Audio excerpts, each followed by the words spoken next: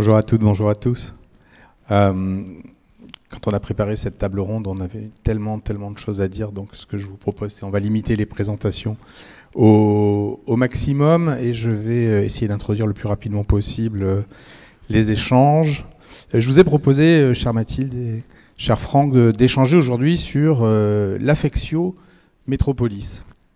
Alors qu'est-ce qu'on entend par là? C'est, comme nous le savons toutes et tous, les cœurs de métropole concentrent les emplois, les services, les richesses. Sont des lieux qui, par bien des aspects, sont exemplaires en termes de mixité, de diversité, sont des lieux de savoir, de sociabilité, et tout cet ensemble-là, c'est ce qui structure l'attractivité de ces cœurs de métropole. Mais, et nous le savons aussi, ce sont également des lieux de ségrégation spatiale, ce sont des lieux de ségrégation économique et sociale. C'est assez cristallisé, je pense, par la question du mal-logement. Ce sont aussi des lieux de manifestation prégnante de certains risques, de certaines nuisances, conséquences de près ou de loin, plutôt de près, je pense, du dérèglement climatique. Alors aujourd'hui, vrai, faux, beaucoup d'informations circulent sur le sujet. Les promesses des cœurs de métropole sont devenues à ce point certaines que certains ménages font le choix de les quitter, tandis que d'autres refusent de s'y installer. On ne va pas prononcer ici le terme d'exode urbain ou d'exode métropolitain, mais il n'empêche que ça, c'est mesuré, cette désaffection. Pourtant, l'avenir des métropoles est aussi et surtout celui des métropolitaines et des métropolitains. Alors pour engager cet échange entre vous, la question que je vous pose en guise d'introduction, c'est comment, selon vous, développer l'affectio métropolis, c'est-à-dire rendre les cœurs de métropole à nouveau ou plus positivement attractifs pour les ménages. Que faut-il faire pour établir un nouveau pacte économique, social, environnemental, de nature à les rendre plus désirables? Ah là là. Alors bonjour à toutes, bonjour à tous. Merci encore pour cette invitation et cette occasion d'échanger. Je suis très impressionnée d'échanger avec le Grand Prix d'urbanisme 2022. Je vais tâcher d'être à la hauteur. Avant de répondre à cette question qui est vaste et qui est un peu incommensurable, je voudrais vous parler un tout petit peu de ma ville.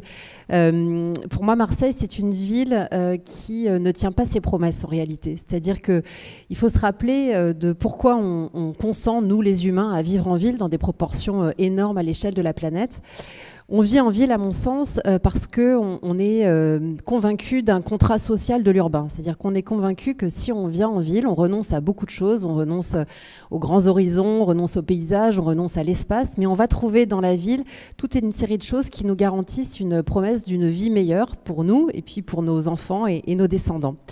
C'est important ce concept de contrat social de l'urbain et je pense qu'il est fondateur dans notre consentement collectif aux séries d'invariants désagréables des villes et en particulier des grandes villes. Sauf que notre sujet à Marseille, c'est que de façon très objective, notre ville ne tient pas tout à fait ses promesses. Quand on vient dans une grande ville, on s'attend à y trouver un maillage en équipement et en services publics essentiels à la hauteur. Or à Marseille, on a 9 bibliothèques pour près d'1 million d'habitants, c'est-à-dire 2 fois moins que Lyon. Je ne me compare même pas avec Paris parce que c'est un peu trop déprimant. On a 12 piscines, dont 4 structurellement fermées parce qu'on a des problématiques techniques qu'on n'arrive pas à résoudre. C'est-à-dire qu'on a un ratio qui est 6 fois inférieur à la moyenne nationale. On a 2 lignes de métro et 3 lignes de tramway qui se superposent en grande partie sur un territoire très très vaste de 240 km², c'est-à-dire 2 fois et demi Paris. On est donc structurellement sous-doté en transport en commun. Je vais arrêter là le côté Calimero, mais c'est pour vous décrire une situation où en fait on a une ville qui nous ment. On a une ville dans laquelle on pense trouver une série de choses qu'on ne trouve pas et que les Marseillaises et les Marseillais ne trouvent pas depuis des années. Et donc ça c'est le fait objectif pour moi de ce contrat social non tenu. Là où on glisse sur du subjectif, c'est que le ressenti des Marseillaises et des Marseillais, c'est un ressenti de saturation. C'est un ressenti d'une ville où on n'en peut plus, on est trop nombreux, Madame Chaboch, on n'en peut plus, ne construisez pas cet immeuble dans mon quartier parce qu'on sature. Or, notre densité, qui est de 3600 habitants du kilomètre carré, est extrêmement, extrêmement faible en réalité. Vous savez qu'à Lyon, c'est autour de 11 000, Paris dans les 20 000. Donc, on est sur un territoire très, très vaste et très peu dense. On est une espèce de pot de coulis de tomates qui est tombé un jour et puis qui s'est étalé jusqu'à ce que les collines l'arrêtent, sans que rien ne vienne vraiment tenir et structurer cette urbanisation, qui est principalement une urbanisation pavillonnaire qui ressemble à du grand périurbain. Et donc cette contradiction entre des faits objectifs d'une ville qui ne tient pas ses promesses en termes d'accès aux équipements structurants et qui en même temps donne une impression subjective de saturation fait qu'on est pris dans une espèce de verrou et qu'en effet on subit une désaffection métropolitaine assez forte dans une ville qui en plus est extrêmement pauvre. Vous le savez, on flirte avec les 30% de taux de pauvreté. On peut se comparer à peine avec Saint-Denis ou avec les dom-toms. Donc on a vraiment cette situation qui est assez complexe. Alors face à ça, comment recréer de l'affection pour un territoire comme celui-là? Nous croyons en deux volets. Le premier, je pense que ce sont les enjeux de l'habitabilité, c'est-à-dire d'avoir le courage de se dire, en fait, la réponse quantitative, elle suffit pas. Ce qu'il faut, c'est trouver des moyens et des leviers très opérationnels pour créer de l'habitabilité dans une ville comme la nôtre. C'est quoi de l'habitabilité? C'est d'abord adresser de façon sérieuse les enjeux climatiques qui, chez nous, prennent des proportions complètement délirantes. On vient de lever l'arrêté sécheresse qu'on avait pris début 2022. Le préfet nous annonce qu'il va retomber probablement dès le mois prochain. On est en stress hydrique chronique. On est sur des températures qui sont autour de 50 degrés au sol dans le cœur de ville au plus fort des canicules qui chez nous commencent en avril et durent jusqu'en octobre. Et donc il y a face à ça une vraie problématique structurelle d'agir sur ces enjeux climatiques qu'on ressent de plein fouet. S'ajoute à cela le fait qu'on a une ville extrêmement minéralisée. On a perdu en 75 ans la moitié de nos arbres parce qu'ils sont tombés malades, parce qu'ils n'ont pas été remplacés, parce qu'ils ont été coupés.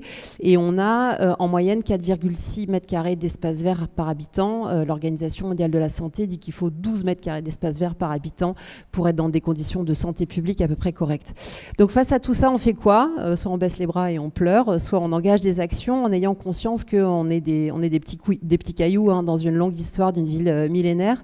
Et donc on fait quoi? On fait une charte de la construction durable que je vous ai apportée parce que j'en suis assez fière et elle m'a valu suffisamment de coups et de hurlements pour la défendre haut et fort. Une charte de la construction durable qui dit en gros à tout le monde qu'il faut atterrir et construire plus comme on le faisait auparavant. On lance un grand plan, un plan arbre qui se donne comme objectif de planter 200 000 sujets d'ici à 2026. On a déjà réouvert 10 petits parcs de proximité en les désimperméabilisant. On a lancé un grand programme sur les cours oasis dans les cours d'école. Et puis on réoriente le développement de la ville en une orientation de politique publique très claire, de la faire sur elle-même. Tout ça, c'est pas assez si on ne travaille pas à l'échelle métropolitaine. Et c'est la deuxième réponse que moi j'ai, c'est de travailler les enjeux de desserrement métropolitain. Je pique l'expression à François Leclerc, je ne sais pas s'il est là. Cet enjeu de desserrement métropolitain, c'est de faire émerger des pôles secondaires beaucoup plus vivants et dynamiques à l'échelle de la métropole. La métropole marseillaise, vous le savez sans doute, c'est une métropole qui est mal née au forceps, imposée par l'État dans un contexte où aucun élu local n'en voulait.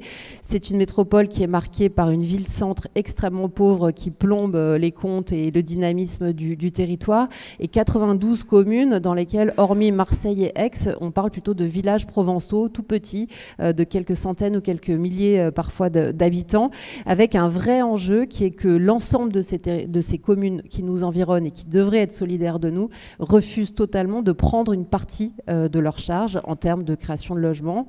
Je ne parle même pas de logements sociaux, mais de création de logements tout court et d'accueillir des fonctions économiques. L'idée, c'est que pour l'instant, elle s'enferme dans une logique qui est de dire, nous, on est des petits villages provençaux, on préserve notre cadre de vie et on est 100% résidentiel à Marseille, d'assurer les emplois, les charges de centralité, etc.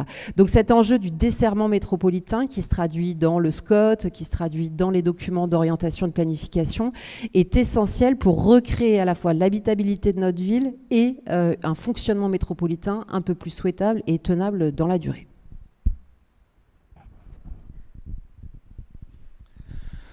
Éveil.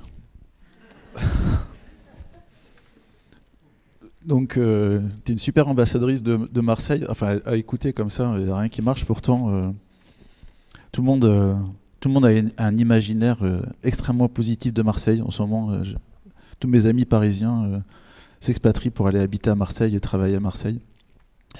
Non, bon, peut-être que c'est parce que c'est pas assez dense, tiens, en fait, non? Parce que là, tu parles de desserrement métropolitain, mais finalement, même la ville-centre n'est pas très dense.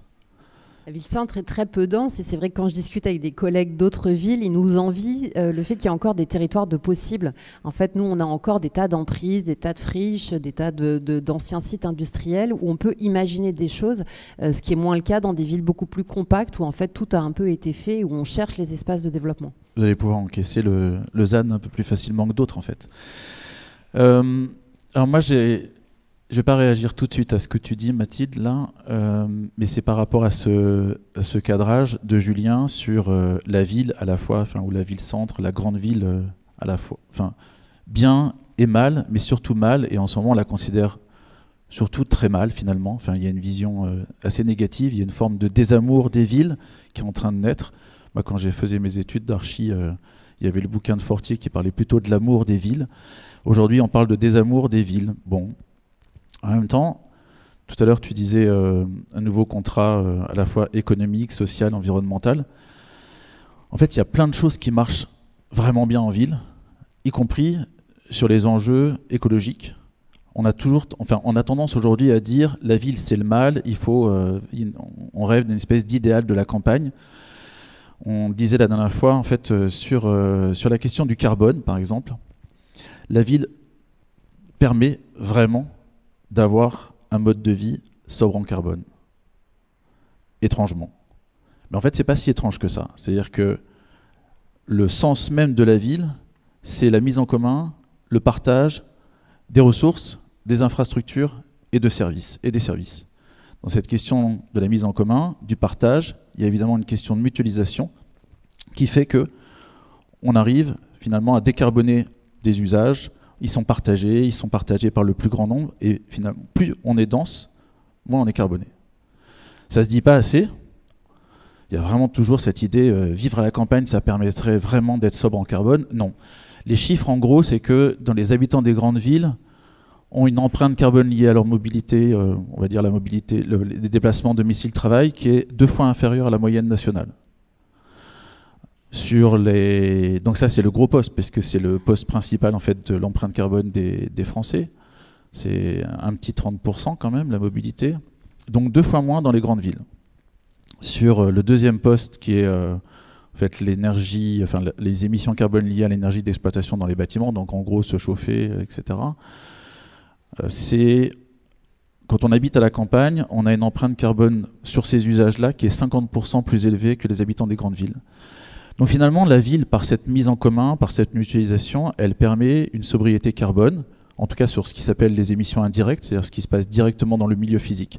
Donc il faudrait quand même aussi restaurer cette image de la ville, de la grande ville et de la densité par la mise en commun. Après, évidemment, il y a un certain nombre de fléaux, hein, bien sûr. Il y a à la fois l'imperméabilisation, la minéralisation, l'altération des cycles écologiques. C'est là-dessus qu'il faut retravailler aujourd'hui, évidemment.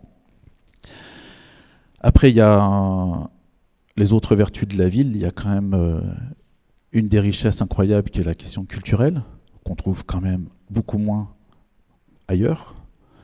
Et puis, une dimension politique très importante. Alors, les termes sont un peu violents, mais en fait, plus les villes sont grandes, plus quelque part, il y a une forme d'équilibre politique et de tempérance politique, on pourrait l'appeler comme ça. Donc en fait, quelque part, la densité, la mise en commun, le fait de se frotter, de se rapprocher, de côtoyer l'étranger, permet quelque part, d'une certaine façon, de voter mieux. Donc il y a quand même des vertus, à mon avis, essentielles à la ville. Alors après, comment arriver à redonner le goût de la ville quand, sur la base de données qui, à mon avis, sont plutôt fallacieuses parce que pas assez racontées. Il y a des oui, la ville c'est mal, la ville c'est mal, la ville c'est mal. Donc d'abord, il faudrait arriver à positiver la ville. Quand on a pu, si on ne peut plus rien partager, si on ne peut plus rien mettre en commun, par exemple, aller chercher, faire des courses, aller avoir des activités, ça devient extrêmement compliqué quand il n'y a pas la ville. Donc, positiver. Bon, après, bien sûr, il faut arriver quand même il y a un certain nombre de sujets sur lesquels il faut travailler. Mathilde, tu en as évoqué, il y a quand même on va dire des risques un peu systémiques en ville. Il y a une question assez fondamentale, par exemple, peut-être... Non, j'ai perdu le fil, excusez-moi. Bon, on va attendre, je vais attendre la nouvelle question, du coup, je pense, parce que j'ai perdu le fil. Je voulais dire quelque chose, mais non, je suis en train de me perdre, là. Allez. En fait, il y a, à vous écouter, il y a quand même quelque chose de tellurique dans les métropoles. Il y a tout cet héritage, toute cette composition, et donc souvent, dans les marges de manœuvre, les politiques et tous les acteurs peuvent se sentir un petit peu découragés, surtout quand dans la prospective nationale, on donne des horizons qui sont 2050, 2070, 2100. Moi, la question que je voulais vous poser, c'est est-ce qu'il n'y aurait pas des moyens, des méthodes, des actions de court terme qui seraient, selon vous, de nature à enclencher quelque chose, préparer le cœur de métropole et enclencher la transition, la bifurcation, peu importe comment on l'appelle, et au-delà de ça, à raffermir cette affectio societatis? Alors, je sais pas, tu n'as pas utilisé le terme adaptation, mais donc là on parle de, en fait, retrouver ou redonner l'amour des villes aujourd'hui. Il y a une question importante aussi par rapport à ce qu'a dit Mathilde sur le fait qu'il y a un certain nombre de fléaux aujourd'hui, on est très imperméabilisé, très minéralisé. Tu as parlé de la question de la perspective du changement climatique. Évidemment, à Marseille, si on se projette en 2030, en 2040, en 2050. D'ailleurs, c'est quoi le climat de Marseille projeté en 2050? C'est celui d'Alger ou de Tunis à peu près, c'est quelque chose comme ça. Donc ça veut dire aussi que non seulement il y a un désamour des villes aujourd'hui, mais il faut préparer les villes pour éviter en fait l'accroissement du désamour. Parce que c'est clair que du point de vue du changement climatique, par exemple, les villes aujourd'hui ne sont absolument pas adaptées aux conditions de demain. Moi j'aime bien dire les bâtiments si on considère les bâtiments de 2050, 80% de ces bâtiments existent déjà aujourd'hui. C'est quand même un vrai sujet, ça marche évidemment dans des pays déjà très urbanisés, à faible croissance, à faible démographie. Donc 80% des bâtiments de 2050 existent déjà aujourd'hui. On pourrait même dire, si on fait la transposition, peut-être 90% des espaces publics de 2050 existent déjà aujourd'hui. La question qu'on peut se poser, c'est combien de ces bâtiments, combien de ces espaces publics sont-ils adaptés aux conditions de 2050? Aucun.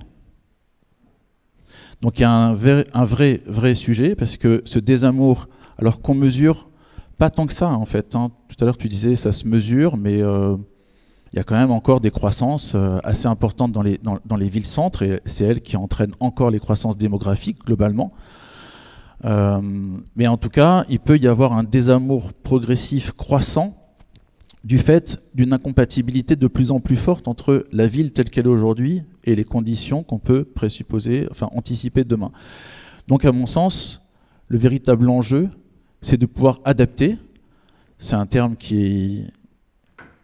qu'on commence à utiliser aujourd'hui, mais qui est relativement récent. Hein. En France, on avait tendance à beaucoup miser sur les stratégies d'atténuation, réduire les consommations d'énergie, réduire les émissions de carbone, avec l'idée que si on faisait tout très bien au maximum, il ne se passerait rien, et donc on lutterait contre le changement climatique. En fait, on ne peut pas vraiment lutter contre le changement climatique, on peut l'atténuer, on peut se placer sur les trajectoires plus optimistes, mais de toute façon, les dynamiques sont déjà en place, le réchauffement sera là, l'été 2022 a montré, enfin c'est une forme d'incursion du futur dans le présent, et donc aujourd'hui, l'enjeu numéro 1, c'est adapter. Et sur ces questions d'adaptation, oui, il y a des choses à faire. Tout à l'heure, Mathilde, par rapport à ce que tu disais, il faut déminéraliser, il faut désimperméabiliser. À mon avis, il faut surtout recompacifier, aussi reconcentrer. Donc c'est pour ça que la question du desserrement, je ne sais pas si c'est si bien que ça. En tout cas, refaire la ville sur la ville, donc utiliser, valoriser les friches, rénover les bâtiments, les surélever, etc. pour pouvoir gagner du sol. Et en fait, ces stratégies d'adaptation et du sol fertile, parce que c'est une des conditions essentielles de l'adaptation, Et ce que je trouve aussi assez intéressant, c'est que autant sur les questions d'atténuation, on est dans des gouvernances nationales et internationales qui prennent énormément de temps. Il faut énormément de temps pour se mettre d'accord et puis finalement on ne se met jamais d'accord. On le voit à chaque COP, on part avec un espoir colossal et à la fin de la COP on dit bon finalement il ne s'est pas passé grand chose. Donc c'est même plus la peine de croire que les COP vont régler les choses malheureusement. Par contre la question des stratégies d'adaptation, ça se joue beaucoup plus vite, beaucoup plus localement et en plus c'est territorial. Donc en fait c'est des projets territoriaux de fait qui sont basés sur l'identification d'un risque, d'un mal-être, et on se dit alors comment on fait pour changer les choses, et on organise la gouvernance qui va bien, qui est une gouvernance locale, et on met en œuvre, et on actionne sur le territoire. Donc non seulement ça peut aller plus vite, on n'a pas besoin d'attendre la gouvernance internationale pour y aller, ça se fait localement, donc ce sont des vrais projets de territoire, ça se fait avec des acteurs locaux, et donc c'est aussi beaucoup plus facile d'engager des citoyens. Parce que c'est très difficile d'engager les citoyens sur des stratégies d'atténuation. Quand on dit neutralité carbone en 2050, tout le monde attend que l'autre prenne la décision. Si on se dit désimperméabilisons, replantons, doublons la surface végétale, retrouvons le cycle de l'eau localement, et tout le monde se sentira mieux et on crèvera moins de chaud dans les logements, en fait là c'est engageant. Mathilde, quelles sont ces actions à Marseille, l'activité, l'action quotidienne, les repères 2023, 2024 ? Alors, il y a en effet au niveau local une possibilité d'agir, et heureusement, sinon on serait tous totalement désespérés. Vous vous doutez que quand on accepte d'être adjointe à l'urbanisme et au développement harmonieux d'une ville comme Marseille, on manque pas de courage. Je dis ça sans avoir les chevilles qui gonflent, mais je pense que c'est important de le souligner, surtout quand on est une femme relativement jeune dans ces univers qui restent quand même très masculins. Alors qu'est-ce qu'on fait ? Pour moi, on fait trois choses. Moi, je me retrouve complètement dans ce discours de l'adaptation et de l'anticipation. Beaucoup plus que la vieille lune de l'atténuation collective où un jour tout le monde sera super vertueux, auquel j'ai envie de croire, mais j'ai du mal à croire de façon opérationnelle. La première chose pour nous, ça a été un plan-programme très opérationnel sur les espaces publics, la végétalisation. J'en disais un mot tout à l'heure, donc une vraie prise en compte de tous ces enjeux écosystémiques à l'échelle de l'ensemble de nos décisions. Donc les cours d'école, les espaces publics, les arbres, j'en parlais tout à l'heure. Le deuxième sujet qui pour moi est très important pour faciliter la compacité et le bon fonctionnement de notre ville, c'est de venir rattraper notre retard en équipement. Je vous évoquais quelques chiffres clés au début de mon intervention. Et donc pour cela, on a monté la première programmation pluriannuelle d'investissement de l'histoire de Marseille. Pour ceux d'entre vous qui sont familiers des collectivités ou des acteurs publics, c'était un petit peu lunaire de se dire qu'une ville comme Marseille n'avait jamais eu de PPI. Et ça a été mon obsession au début du mandat. Le maire m'a regardé avec un drôle d'air en se disant bah bon, tu veux t'occuper de ça, des tableaux, ça va être très très chiant, etc. J'ai dit c'est essentiel, sinon on passera à côté des sujets. Donc on a monté ce premier exercice pluriannuel de programmation de nos investissements et donc de nos équipements publics en majorité. Cette PPI, elle nous a permis de dégager 300 millions d'euros par an en investissement sur nos écoles, sur les bibliothèques, sur les crèches, sur toute une série de services et d'équipements publics essentiels. Dans tout ça, il y avait par exemple remettre des extincteurs dans les 20% de nos écoles qui, en moyenne, sur les 500 écoles qu'on avait, étaient dépourvues de systèmes de sécurité incendie. Je le mentionne en passant quand même pour que vous ayez un petit peu une idée de ce qu'on met derrière. Donc cette PPI, pour moi, elle est essentielle pour recréer des conditions d'habitabilité et de consentement à la ville parmi nos habitants qui ont une tendance à fuir vers le tissu pavillonnaire qui est dans Marseille mais qui ressemble à une grande banlieue périurbaine ou même au-delà. Le troisième volet, je crois qu'on est ici dans un endroit où il y a dans cette salle des acteurs privés, des acteurs publics. On a besoin de faire cet exercice tous ensemble et ça n'aurait aucun sens que les acteurs publics se donnent des tas de règles super vertueuses, des grands objectifs sans faire avec les acteurs privés, singulièrement les constructeurs et les promoteurs qui sont pour moi une partie du problème en même temps qu'une partie de la solution. Donc on est tous dans le même bateau, maintenant il faut trouver les façons de se parler, il faut trouver les façons de mettre des règles pour encadrer ce dialogue et de se donner une ambition commune. Je ne dévoile pas un scoop en disant qu'à Marseille, il y avait une certaine élasticité par rapport à la loi, par rapport au fonctionnement normal de lien entre les acteurs publics et les acteurs privés. C'est moi qui le dis, mais c'est aussi l'Agence française anticorruption, la Chambre régionale des comptes et une série d'articles bien documentés. Donc dans ces pratiques-là, il a fallu quoi? Il a fallu, remettre des règles, déjà expliquer à tout le monde qu'on n'autoriserait aucune construction illégale et qu'il fallait respecter le PLUI. Bon, ça a déjà été un premier choc, une première onde tectonique. Et le deuxième sujet, ça a été de dire, maintenant qu'on a fait ça, et que j'avais une cible grosse comme ça dans le dos parce que je refusais tous les permis, j'étais complètement dingue, on a dit maintenant on va se donner une ambition. Et la charte que je vous ai montrée tout à l'heure, il y avait 2 chemins pour la faire. Il y avait un chemin top-down où j'aurais pu, moi, je savais ce que je voulais dans cette charte, donc j'aurais pu l'écrire et l'imposer. Et puis il y avait le chemin de la co-construction. Donc moi j'ai choisi évidemment ce chemin-là parce que je choisis toujours la face nord. Donc on y a été, on a fait des dizaines d'ateliers participatifs avec les archis, les promoteurs, les constructeurs, etc. pour converger vers une charte. Si vous la lisez, elle est extrêmement sobre et modérée, mais elle dit quand même aux acteurs vers quoi on a envie qu'ils aillent. Ça a été un scandale total au plan local qu'on ait osé faire cette charte, et ça a permis d'orienter tout de même vers des pratiques beaucoup plus vertueuses, vers des propositions qui sont beaucoup plus en phase avec les enjeux d'aujourd'hui, et notamment de réorienter la construction sur le déjà là, c'est-à-dire comment je redonne à d'anciens bureaux désaffectés des qualités pour en faire du logement, comment je viens travailler les dents creuses, comment je viens m'enquiller dans le centre-ville entre 2 immeubles anciens, comment je viens faire de la réhabilitation dans le centre-ville ancien. Je vous rappelle qu'à Marseille, on a 40 000 logements indignes. On évacue encore aujourd'hui 15 à 20 immeubles par mois parce qu'ils sont en péril grave et imminent et qui risquent de s'effondrer sur les gens qui habitent dedans. Et on a pour l'instant des acteurs privés qui, hormis les marlous locaux qui font de la tambouille et de la maçonnerie, les acteurs privés se désintéressent totalement de notre centre-ville, considérant que nous, Madame Chaboch, on est des promoteurs, donc la réhabilitation n'est pas notre métier. Alors ce qui est plutôt amusant, c'est qu'à force de mettre de l'énergie au niveau national et d'aller tenir des propos un peu cash comme je le fais devant vous près de tout un tas d'acteurs, il y a plein de promoteurs d'autres villes qui viennent taper à ma porte en disant est-ce qu'on pourrait venir travailler à Marseille? Parce que nous avant on avait très peur de Marseille, on pensait qu'il fallait payer un ticket d'entrée, on ne savait pas à qui, mais ça avait l'air très cher et très effrayant. Maintenant vous avez l'air d'être clean, vous avez l'air d'avoir un parler franc, nous on a envie, et puis nous on fait de la réhab à Perpignan, à Saint-Étienne, à Lyon, à Lille, que sais-je, et donc moi ma porte elle est grande ouverte évidemment pour tous ces acteurs, ce qui fait que ma fédération des promoteurs immobiliers de Provence, que je vois très régulièrement, c'est un exercice interculturel, vous en doutez pour ce que vous avez compris de ma personnalité, quand je les vois tout récemment, réunion de la chambre, donc je suis seule femme parmi 150 hommes en costume, à qui j'explique qu'on va tous ensemble connaître la fin de l'immobilier neuf et qu'en fait il s'agit d'anticiper ce changement de braquet, de faire des enjeux du restructurer, réhabiliter, réaménager, etc., refaire la ville sur elle-même, la priorité. La réponse a été on va attendre d'être au pied du mur pour le faire. Et j'ai dit écoutez, attendez, c'est les vendeurs de Minitel de l'époque, il y en a qui ont pensé qu'ils vendraient toujours des Minitel, puis il y en a d'autres qui ont bifurqué.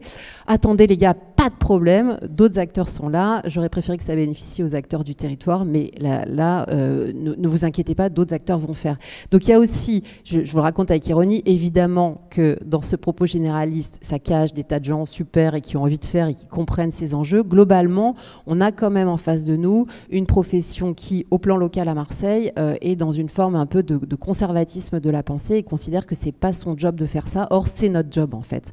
Et donc, je pense que la transformation, donc ça, c'est pas du court terme, mais c'est la transformation, l'accouchement d'une nouvelle façon de faire des acteurs privés avec les acteurs publics est un sujet essentiel, sinon on n'y arrivera pas. Nous à Marseille, 99% de ce qui se construit, c'est les acteurs privés qui le font.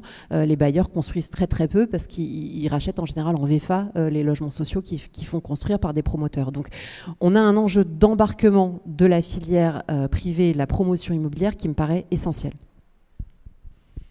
Alors vous venez d'évoquer l'importance de la méthode. Franck, nous sommes chez Léonard, avec qui vous portez, ainsi qu'avec Richez et Associés, la démarche rue commune, donc qui a pour ambition de développer un process de transformation des rues dites, des rues métropolitaines ordinaires.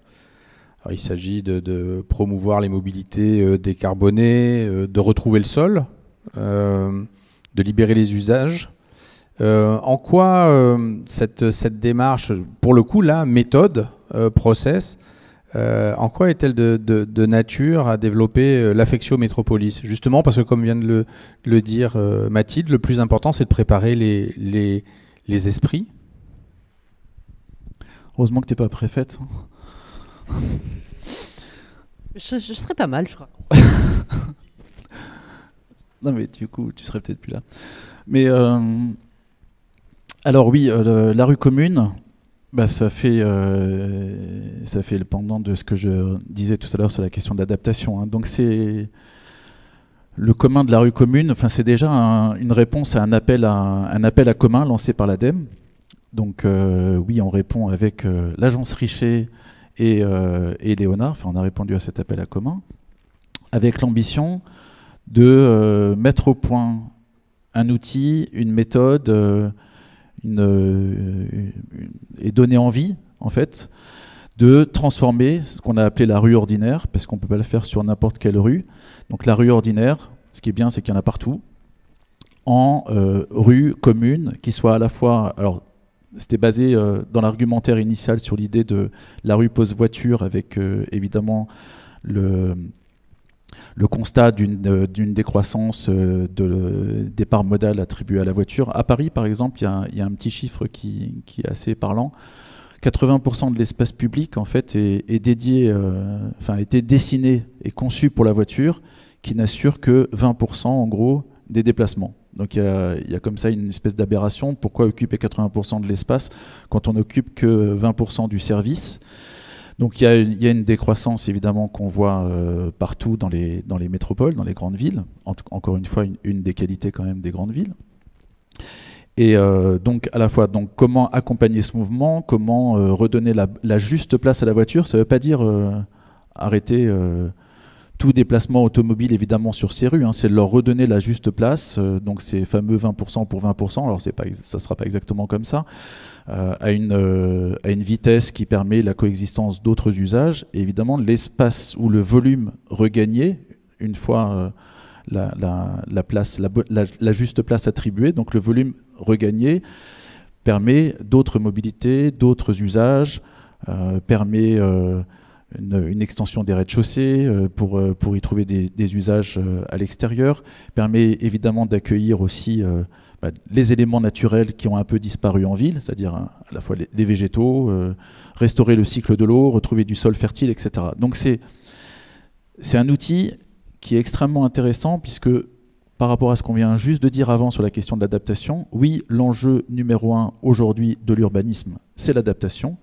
et l'outil rue commune est un véritable levier avec une capacité en fait de pouvoir toucher beaucoup de la ville, puisque finalement on s'attaque à la rue ordinaire qui est omniprésente en ville, donc pour pouvoir faire cette adaptation. Donc cette adaptation, donc déminéraliser, désimperméabiliser, réduire les émissions anthropiques liées aux véhicules thermiques, redonner la place aux éléments naturels, redonner la place aux piétons, redonner la place aux mobilités douces, etc. Donc un véritable outil d'adaptation qui va évidemment dans le sens de la résilience et de l'adaptation au changement climatique. Après, ce qui est intéressant aussi de noter, c'est que on parle d'atténuation et d'adaptation. J'aime bien dire aussi, l'atténuation se joue beaucoup dans les bâtiments, enfin dans les pleins des vides, réduire la consommation d'énergie, réduire les émissions de carbone. En fait, ça se joue beaucoup dans les pleins. Et on pourrait dire que jusqu'à très récemment, en fait, on a fait porter les enjeux de la transition écologique, les enjeux environnementaux, essentiellement par des stratégies d'atténuation, quasi exclusivement sur les pleins. Donc la rue commune est là aussi un outil finalement pour adresser le vide, qui est un élément absolument nécessaire, ou essentiel en ville, et cette question de l'adaptation se joue essentiellement dans le vide. Et puis, évidemment, c'est une rue. Une rue, c'est par définition un espace de rencontre, un espace d'en commun. Donc cette rue commune, c'est aussi finalement un outil ou un vecteur on va dire, de citoyenneté ou qui permet de penser la citoyenneté autrement. Donc en fait, c'est vraiment un outil, adaptation, adresser directement le vide qui était un peu l'impensé jusqu'à récemment, et un outil finalement pour fédérer et pour faire émerger de nouvelles formes de citoyenneté. Mathilde, je crois que vous connaissez la démarche rue commune. Est-ce que vous pouvez nous dire deux mots sur son application possible sur Marseille ? Alors, je connais cette démarche, on y souscrit et on s'y est impliqué. À Marseille, on ne fait jamais rien comme tout le monde, donc je voudrais faire un tout petit pas de côté pour vous dire que à Marseille, en réalité, les rues communes ne sont pas si courantes. On est une ville où on a près de 30% de notre patrimoine de voirie qui est privé. Privé de droit ou de fait. Alors, c'est très précisément 28,6%. Il y a 3 configurations. Il y a des choses qui ressemblent à des rues qui, en fait, sont issues du morcellement de domaines bastidaires, ce qu'on appelle les campagnes marseillaises, et qui n'ont jamais été versées dans le domaine public de voirie. Il y a des quartiers résidentiels qui se sont fermés, qui se sont murés, plutôt des quartiers favorisés qui se protègent de ce qui est perçu comme une menace.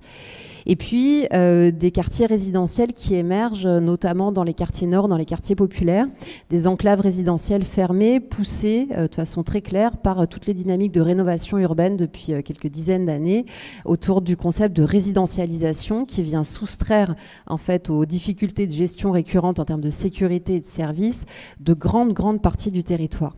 Le phénomène à Marseille, il a pris une telle ampleur que, je vous le dis, c'est près de 30% de nos rues qui sont privées.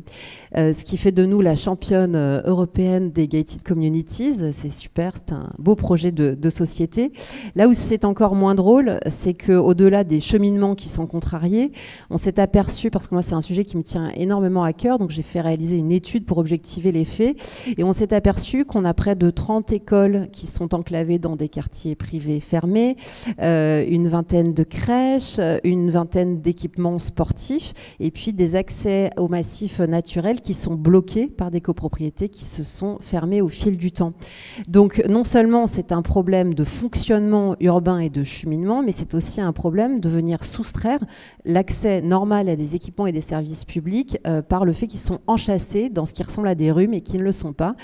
Tout récemment, moi j'ai été devant une école pour me dire mais comment je peux réimaginer l'entrée, puisque l'école est coincée dans un quartier privé, des murs se sont montés, donc les gamins doivent faire un détour astronomique, je vous passe les détails, et je me suis fait virer du quartier, pour ainsi dire, par les habitants qui sont organisés en petites milices en fait, de quartier, avec des caméras, etc., en disant mais vous avez rien à faire là, c'est un quartier privé, etc., devant une école publique municipale.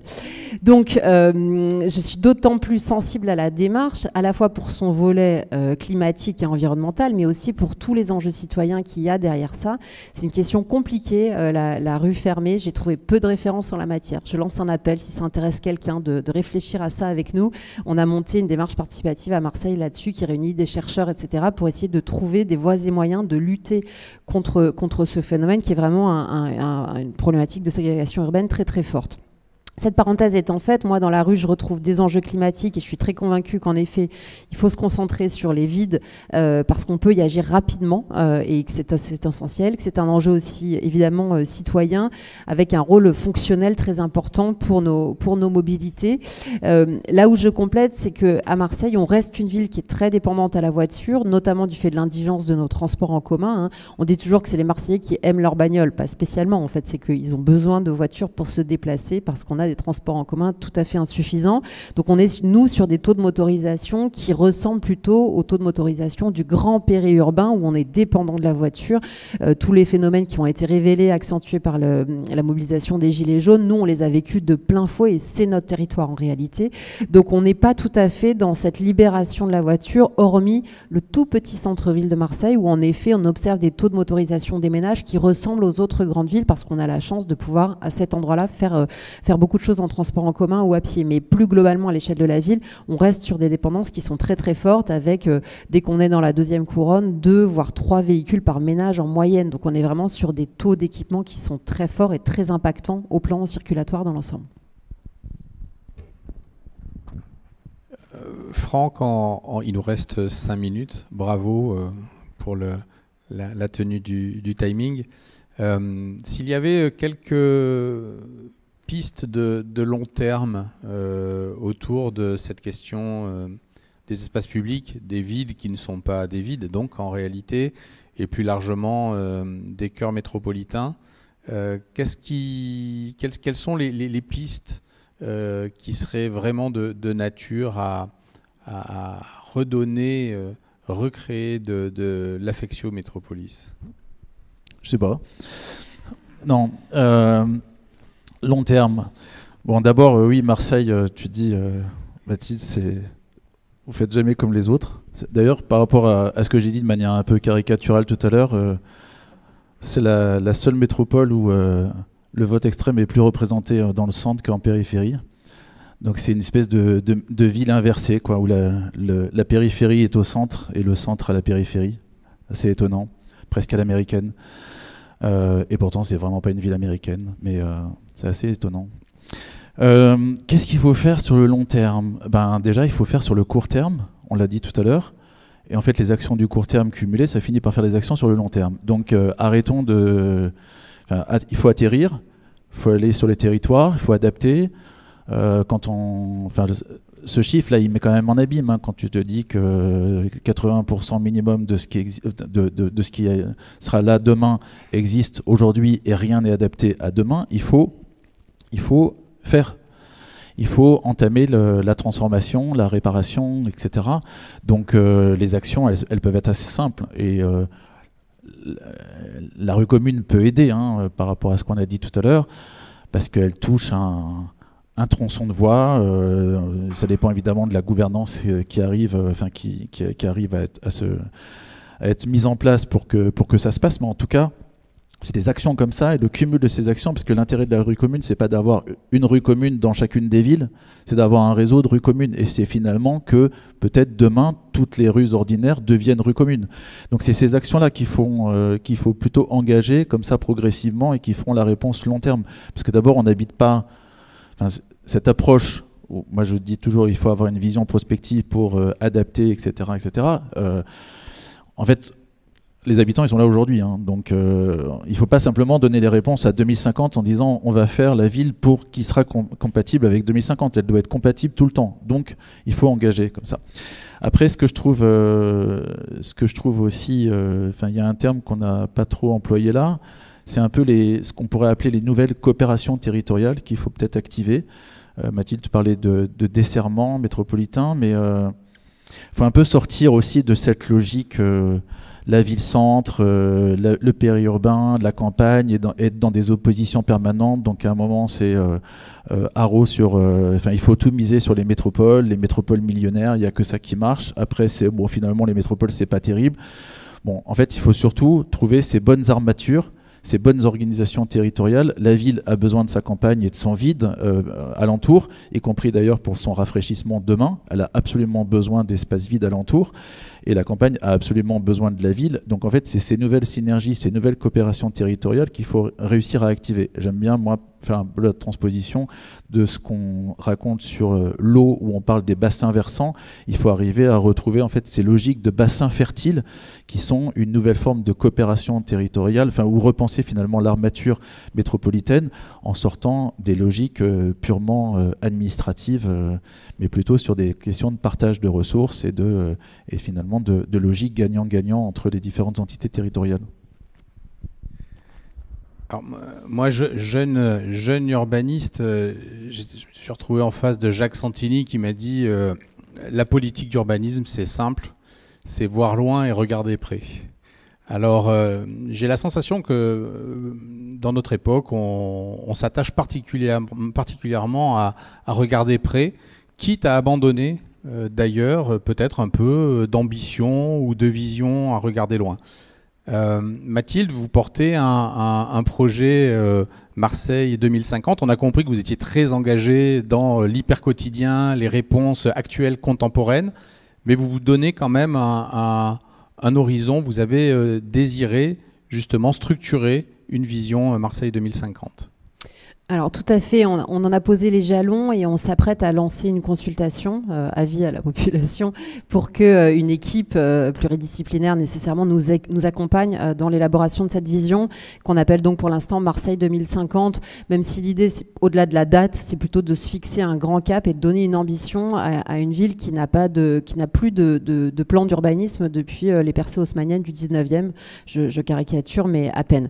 Donc face à ça, on est mu par, pour moi, trois trois sujets clés. Le premier sujet clé, c'est d'intégrer la multitude de risques auxquels nous sommes soumis. Risque incendie, risque inondation, puisqu'on a busé tous nos cours d'eau, donc à chaque pluie, ça déborde. Risque géologique, avec des sols argileux qui gonflent et qui dégonflent. Risque de submersion marine, le petit dernier, puisque maintenant on est désormais dans les villes pilotes, au niveau français, désignées par l'État pour commencer à tester les scénarios d'adaptation à la submersion marine liés à l'érosion et à la montée des eaux liée à l'augmentation des températures. On est donc une espèce de ville caricature, une petite cocotte minute à ciel ouvert, dans laquelle on peut du coup avoir cette gravité-là d'intégrer ces éléments climatiques. La deuxième chose, c'est que ces sujets climatiques, ils ne sont pas juste des enjeux écologiques, ils sont pour moi des enjeux sociaux et humains très très forts. L'enjeu pour moi, c'est comment on fait en sorte de ne pas sombrer dans la dystopie totale, qui serait une Marseille abandonnée aux plus pauvres d'entre nous. Vous savez qu'on est encore une ville de primo-arrivants, donc beaucoup de gens arrivent, quittent des guerres, des pays à l'étranger, des contextes très compliqués, se retrouvent à Marseille et singulièrement dans le cœur de ville, où le taux de pauvreté est plutôt autour de 45-48%. Et donc, comment on n'a pas une Marseille dans 10 ans qu'on a tous abandonné. Quand je dis nous, c'est y compris moi, c'est-à-dire les cadres, les gens qui ont les moyens de s'enfuir de la ville, où on viendrait travailler une fois par mois et qui serait une espèce de lieu brûlant, consacré à un prolétariat qui n'a pas le choix que d'être là. Et comment on fait en sorte qu'on garde une forme de mixité, de cohérence sociale. Pour faire ça, il faut être courageux. Il faut être courageux et poser notamment la question des conditions écologiques et d'habitabilité, j'en ai parlé, mais aussi des conditions économique de survie de toutes ces populations.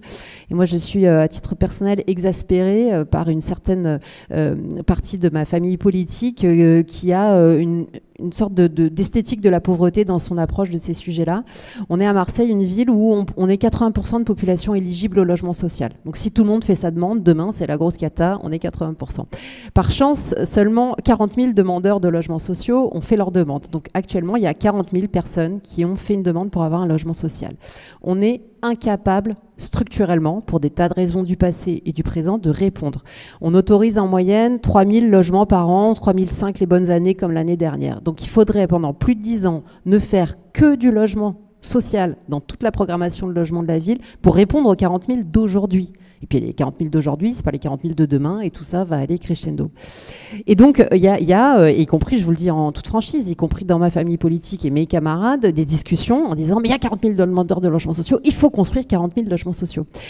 C'est impossible, en réalité.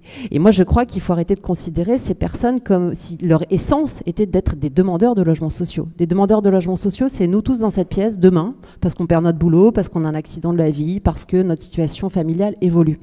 Donc ce n'est pas leur essence d'être des demandeurs de logements sociaux.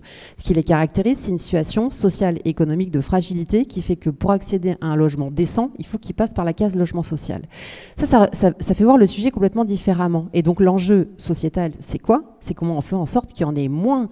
Pas comment on fait en sorte qu'en face de chaque demandeur, il y ait un logement social, dans une espèce de logique vertigineuse de l'offre et la demande sempiternellement. Et quel est le projet de société derrière? C'est comment on attaque les racines, c'est-à-dire la pauvreté structurelle et endémique qui se reproduit de génération en génération, parce que quand on grandit dans un ghetto où il n'y a pas d'autre espoir que de vendre de la drogue pour s'en sortir à peu près, on est condamné à ce cycle infernal de reproduction de la pauvreté.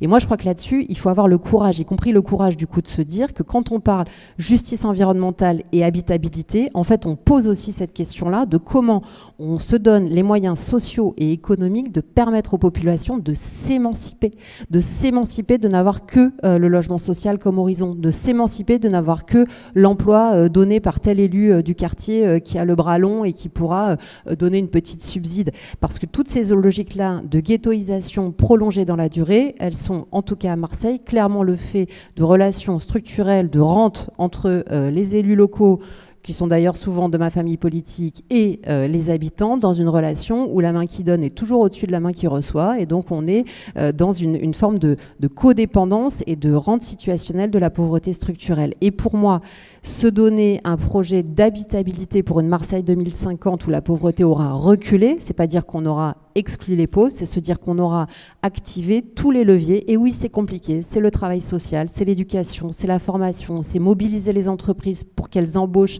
des jeunes issus de ces quartiers pour recréer de l'espoir et de l'émancipation. Ça veut dire aussi desserrer les grands ensembles HLM qui, à Marseille, sont complètement dingues. On a des arrondissements entiers, on est à 60% de taux de logement social. Et d'autres, on est à moins de 10%. Et donc, il faut éclater ces grands ensembles pour créer du logement social à petite échelle qui permet aussi de desserrer les fonctionnements clientélaires qui gangrènent notre ville et qui continuent à la gangréner. Dernier point, je sais que je suis très longue.